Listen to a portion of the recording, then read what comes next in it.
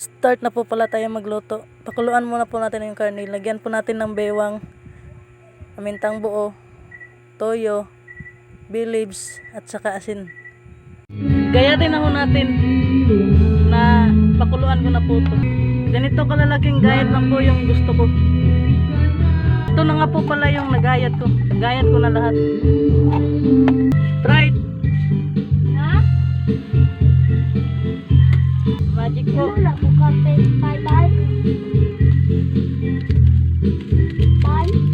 Paminta.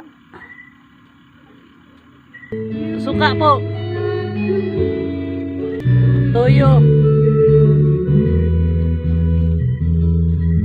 Oyster. Sukar.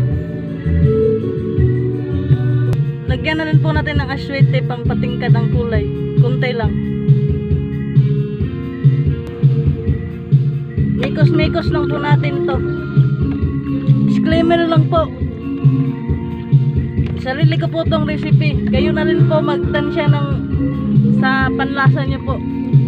Bahala na po kayo sa panlasa nyo. Kayo na magtansya ng mga ingredients nyo. Start na po tayo mag-isa. Bewang muna. Sunod na po natin yung inyen. Inyen po natin. Sunod na po natin yung minikos-mikos natin kanina. Mikos-mikos uli ng konti.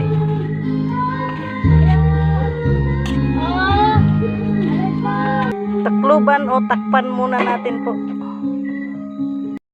Lagay na po natin yung black beans po natin.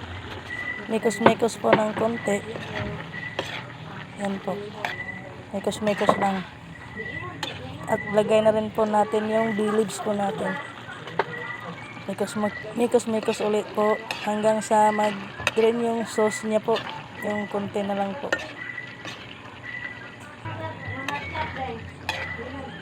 Mikos-mikos pa po. Luto na po ang aking humba na maskara ng baboy. Tara po, kain po tayo.